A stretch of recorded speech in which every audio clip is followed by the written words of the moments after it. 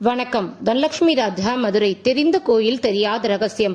அருள்மிகு குழல்வாய் மொழியம்மை சமேத அருள்மிகு குற்றாலநாதர் திருக்கோயில், குற்றாலம், தென்காசி.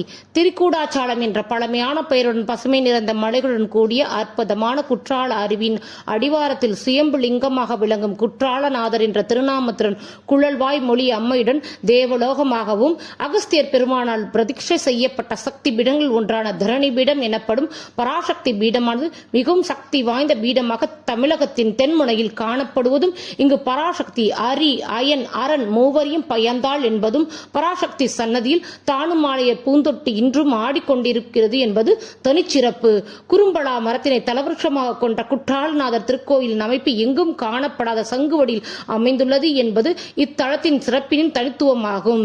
உட்பிரகாரமானது நெல்லை மற்றும் தென் தமிழகத்தின் சிவத்தலங்களின் கோயில்களில் கொண்ட மூலவர்களில் அனைவரின் தனித்தனி சன்னதிகளுடன் காணப்படுவதும், குற்றால அருவிலிருந்து வரும் சாரலின் ஒளியானது கோவிலின் உள் பிரகாரத்தில் சங்குநாதம் போல் ஓயாது நீரோட்டத்துடன் ஒலிக்கப்படுவது மெய்சிலுக்க வைக்கக்கூடிய அமைப்பினை கொண்ட இத்திருத்தலத்தின் உள் கட்டமைப்பானது அற்புதமாக பாண்டிய மன்னர்கள் கட்டப்பட்டது.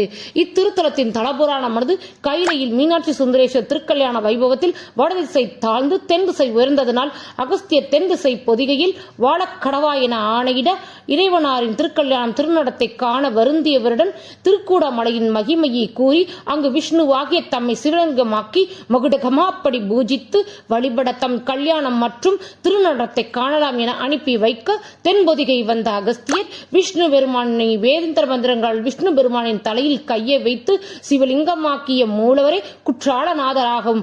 அகஸ்தியரின் 5 கை விரல்களும் பதிந்த வடுவானது மூலவரின் தலையின் பகுதியில் உள்ளது என்பது சிறப்பினையும், முனிவர் தொட்டு அமுக்கியதால் இன்றும் தலைவலி நீங்க இங்குள்ள சிவலிங்கத்திற்கு தைலாபிஷேகம் செய்யப்படுகிறது.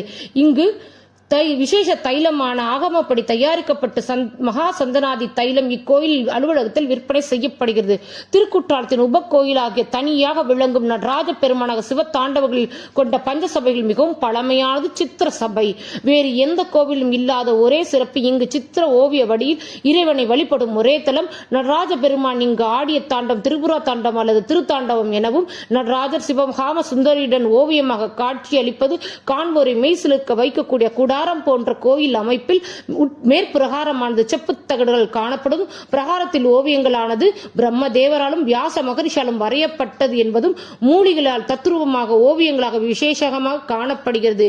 திருக்கூடாமலையின் தல புராணமது இங்குள்ள புராதன ஓவியங்கள் காட்சியாகவும் சாட்சியாகவும் விளங்குகிறது. மற்றும் மார்கழி ஆருத்ராவின் போது நடராஜரின் அபிஷேகம் சாயாபிஷேகம் என்னும் முறைப்படி கண்ணாடி பிரபைக்கு அபிஷேகம் செய்யப்படுவது விசேஷம்.